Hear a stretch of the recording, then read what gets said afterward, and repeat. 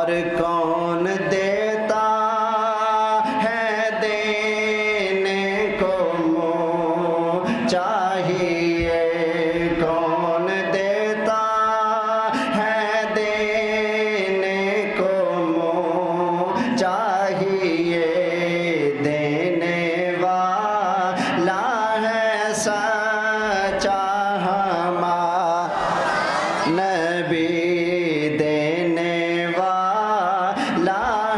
سچا نبی دینے والا ہے سچا نبی۔ اچھا یقین جانیے، شک کی گنجائش ہی نہیں، ہمارے نبی کے صدقے ہمیں ملتا ہے۔ ایک بندہ تھا، اس نے ہمارے ایک سنی کو چیلنج کر دیا، کہتے ہیں میلاد اس کا مناؤ جو زندہ ہو۔ اس نے کہا اچھا میں جواب دیتا ہوں۔ اس نے محفل رکھی، قرآن کی 11 آیتیں پڑھ کر ثابت کیا سرکار زندہ ہے۔ سرکار نے اس بندے پر اتنا کرم فرمایا، اسی رات اپنا دیدار عطا فرما دیا۔ پکی بات کر رہا ہوں۔ اور وہ بندہ کہتا ہے کہ بیان کے اندر جو میں نے آخری آیت پڑھی تھی نا، وَلَوْ أَنَّهُمْ إِذْ ظَلَمُوا، خواب کے اندر میں وہی آیت پڑھتے پڑھتے سرکار کے روزے پر جا رہا ہوں اور میں کہہ رہا ہوں آقا کی بارگاہ میں جاؤں گا، اپنے گناہ بخشوا کر پھر واپس آؤں گا۔ تو کہتے ہیں پھر سرکار نے جلوہ بھی دکھایا، کرم بھی فرمایا۔ تو پھر مان لو اور پڑھ لو نا، کون دیتا ہے دینے کو منہ چاہیے، کون دیتا ہے دینے کو منہ چاہیے، دینے والا ہے سچا ہمارا۔ اچھا یہ سنی کہتا ہے نبی پاک دیتے ہیں، کوئی اور نہیں کہتا۔ پتہ ہے کیوں؟ اس لیے کہ جس کو ملتا ہے وہی کہتا ہے۔ سنی پہلے نمبر پہ مانتا ہے، پھر مانگتا ہے۔ وہ دیتے ہیں پھر گن بھی گاتا ہے۔ یہ مانتا ہی نہیں، پھر مانگتا ہی نہیں، پھر خیر بھی ملتے۔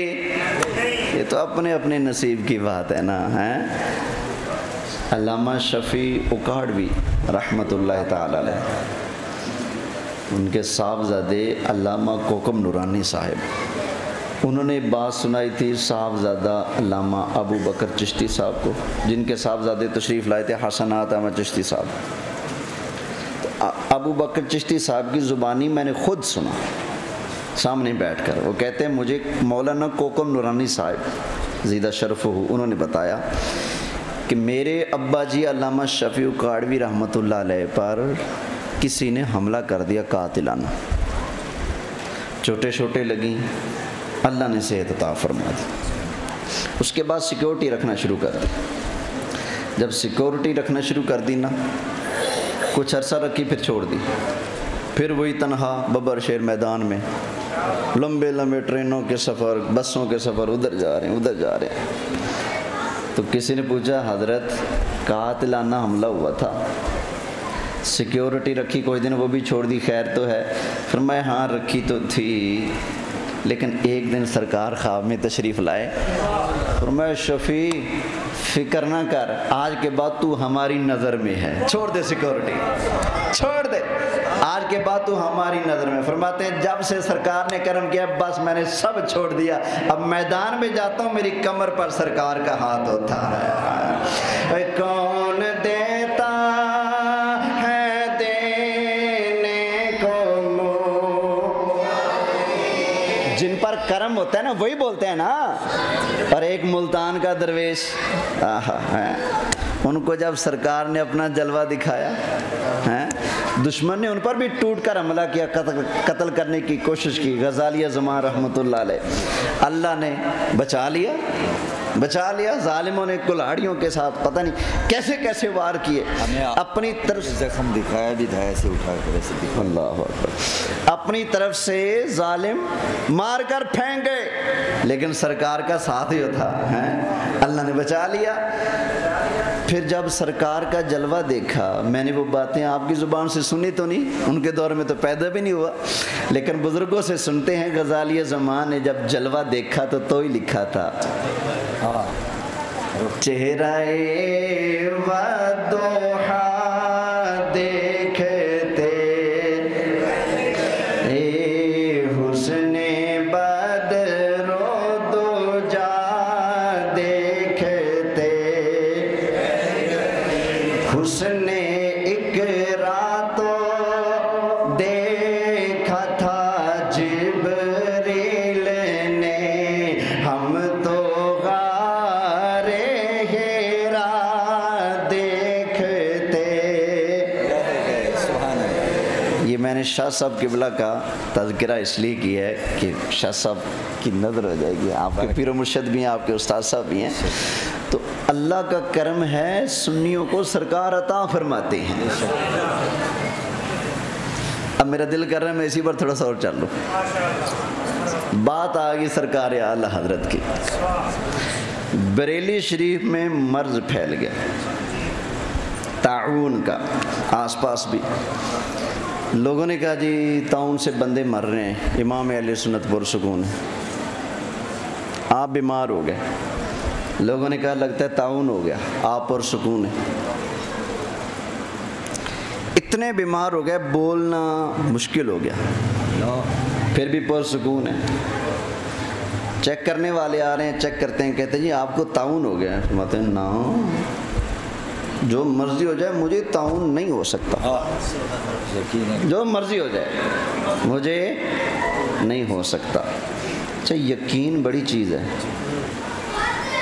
سمجھ آئی نا.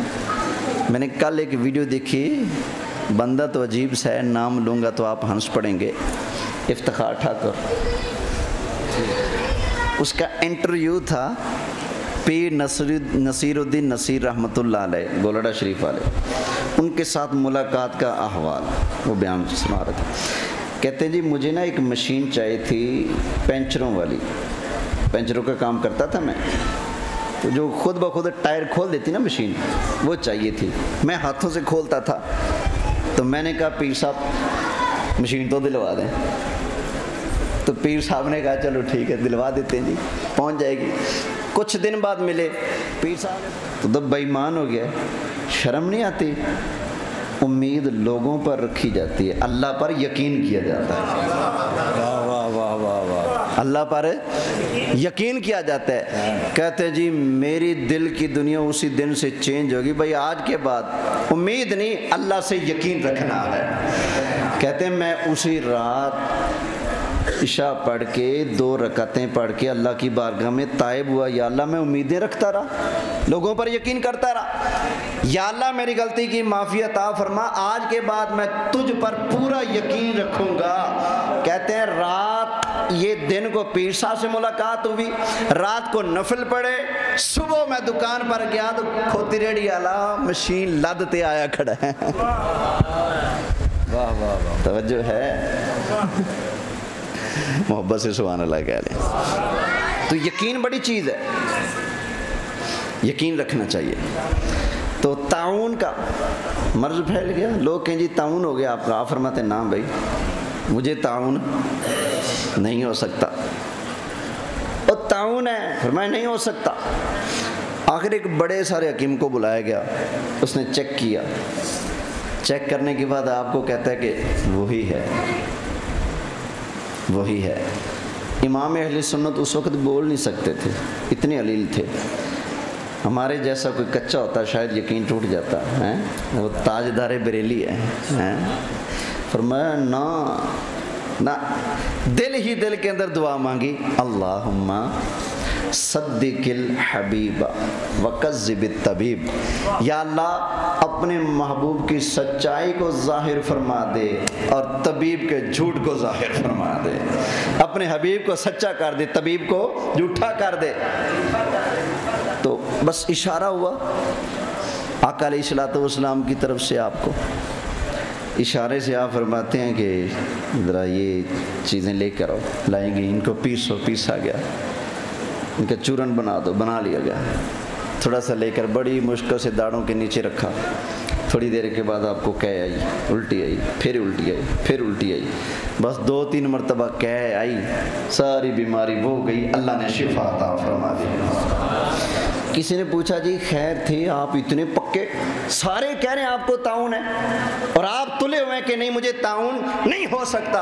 فرمایا اس لیے کہ مجھے اپنے نبی کی زبان پر پورا یقین ہے۔ نبی کریم علیہ السلام نے فرمایا تھا جو بندہ کسی بیمار کو دے کر یہ دعا پڑھ لے گا تو دعا پڑھنے والے کو وہ بیماری نہیں لگے گی جو اگلے کو لگی ہوئی ہے۔ فرمایا میں نے طاعون والے کو دے کر دعا پڑھ لی تھی، مجھے یقین تھا مشرق مغرب میں بے شک آ جائے، لیکن سرکار کی دی ہوئی بشارت غلط نہیں ہو سکتی۔ اب جو مرضی طبیب کہہ لے یہ طبیب جھوٹا ہو سکتا ہے، اللہ کے محبوب کا فرمان جھوٹا نہیں ہو سکتا۔ فرمایا میں نے بھی وہ دعا پڑھ لی تھی، اور آپ کا ایمان اتنا پختہ، کشتی کے اندر آپ سفر کر رہے تھے، آپ کا بچپنا ہی تھا، دریا کے اندر جب موج آئی سمندر میں، کشتی ڈولنے لگی، مسافر کلمے پڑھنے لگی، اعلان ہو گیا جی بچنے کی امیدیں ختم، توبہ تائب ہو جاؤ، امام اہل سنت پرسکون۔ کسی نے کہا جی کشتی ڈوبنے لگی، فرمایا نہیں ڈوبے گی۔ بولیے کیا فرمایا؟ نہیں ڈوبے گی۔ اور جی اعلان ہو چکا ہے، یہ ہو رہا ہے وہ ہو رہا ہے، ڈوبنے والی ہے، فرمایا نہیں ڈوبے گی۔ جب اللہ نے اپنی قدرت کے نظارے دکھائے، کرم فرمایا، کشتی بچ گئی، خیریت سے پہنچ گئی۔ کسی نے پوچھا سارے کہہ رہے تھے کشتی ڈوبی، کلمے پڑھ رہے تھے، چیخیں آ رہی تھی، توبہ طائب ہو رہے تھے، اور آپ اتنے پرسکون بیٹھے تھے۔ فرمایا میں نے کشتی میں سوار ہونے سے پہلے دعا پڑھ دی تھی، اور نبی پاک فرماتے ہیں جو یہ دعا پڑھ کے بیٹھے گا اس کی کشتی ڈوبے گی نہیں۔ وہ ہے تاجدار بریلی جس کو اللہ کے محبوب کی زبان پر اتنا یقین ہے، دعا فرمائے اس یقین کی خیرات اللہ ہمیں بھی عطا فرمائے۔ تو اس تاجدار بریلی نے فرمایا کون دیتا ہے دینے کو منہ چاہیے، کون دیتا ہے دینے کو منہ چاہیے، دینے والا ہے سچا ہمارا۔ اب ذرا توجہ کرنا، چھوٹی سی بات کر کے گفتگو ختم کرنے لگا۔ ایک مرتبہ ایک بندہ کہنے لگا کیا نبی کریم علیہ السلام کو داتا کہہ سکتے ہیں؟ کیا علی حجویری رحمت اللہ علیہ کو داتا کہہ سکتے ہیں؟ کئیوں کو مسئلہ ہوتا ہے نا، داتا نہیں کہہ سکتے۔ اور میں نے کہا کملیا تو کہتا ہے کچھ دے نہیں سکتے، کچھ کر نہیں سکتے، یہ داتا نہیں ہے۔ میں نے کہا سن، جنت میں وہی جائے گا جو میرے نبی کو داتا مانے گا۔ کون جائے گا؟ بولیں جو نبی پاک صلی اللہ علیہ وسلم کو داتا مانے گا وہ جنت میں جائے گا، جو سرکار کو داتا نہیں مانتا وہ جنت نہیں جا سکتا۔ اللہ تعالیٰ نے ارشاد فرمایا وَلَوْ أَنَّهُمْ رَضُوا مَا آتَاهُمُ اللَّهُ وَرَسُولُهُ۔ محبت سے کہہ رہے ہیں سبحان اللہ۔ کیا یہ اچھا ہوتا اگر وہ راضی ہو جاتے اللہ اور اس کے رسول کے دیے پر، راضی ہو جاتے تو کہاں چلے جاتے؟ جنت میں نا۔ تو جو اللہ اور اس کے رسول کے دیے پر راضی نہیں وہ جنت میں جا سکتا ہے؟ بولیں نہیں جا سکتا نا۔ تو راضی ہونا پڑے گا، بھئی رسول نے دیا ہے، رسول داتا ہیں، دیتے ہیں، ہم نے لیا، ہم شکریہ ادا کرتے ہیں اللہ کے محبوب کا۔ آقا آپ کے کروڑوں احسانوں میں سے ایک احسان یہ بھی ہے آپ نے ہمیں یہ بھی دیا، وہ بھی دیا، وہ بھی دیا ہے۔ یہ جیلم سے اگلے دن ایک پلیت بندے کی پلیت آواز آئی، کہتا ہے یہ تو کہہ سکتے ہیں اللہ کا ہمارے اوپر احسان ہے، نبی پاک کا ہمارے اوپر کیا احسان ہے؟ نبی پاک صلی اللہ علیہ وسلم کا ہمارے اوپر کیا احسان ہے. ہمارے بابا جی پہلے فرما گئے، امام اہل سنت ہیں، اور منکرو کلمہ پڑھانے کیسے ہے؟ تم پہ میرے آقا کی عنایت، اور تم پر میرے آقا کی عنایت نہ صحیح منکرو کلمہ پڑھانے کا بھی احسان گیا. کم از کم یہی خیال رکھ لو، ہمیں اللہ کے محبوب نے توحید سکھائی ہے، رسالت کا پیغام پہنچایا، کم از کم اس احسان کا ہی بھرم رکھ لو نا. اوہ منکرو کلمہ پڑھانے کا بھی احسان گیا. تو یہ نہیں کہتے کہ سرکار نے کچھ نہیں دیا، نا، اللہ کے محبوب نے بڑا کچھ عطا فرمایا ہے. فرمایا وَلَوْ أَنَّهُمْ رَضُوا مَا آتَاهُمُ اللَّهُ وَرَسُولُهُ. کیا یہ اچھا ہوتا جنت میں چلے جاتے اگر وہ مان لیتے، اگر وہ اللہ اور اس کے رسول کے دیے پر راضی ہو جاتے. پھر کہتے وَقَالُوا حَسْبُنَا اللَّهُ. اللہ کے دیے پر، اللہ کے محبوب کے دیے پر راضی ہو کر پھر کہتے حسبنا اللہ، ہمیں اللہ. کئی لوگوں نے پچھلی بات ہی کاٹ دی، ڈائریکٹ دکانوں پہ لگا دیا حسبنا اللہ، نہ اگلا جملہ پڑھنا نہ پچھلا. حسبنا اللہ، ہمیں اللہ کافی ہے، آگے بھی پڑھنا. پچھلی تو سن لی نا، اب اگلے الفاظ سَيُؤْتِينَا اللَّهُ مِن فَضْلِهِ وَرَسُولُهُ إِنَّا إِلَى اللَّهِ راغبون.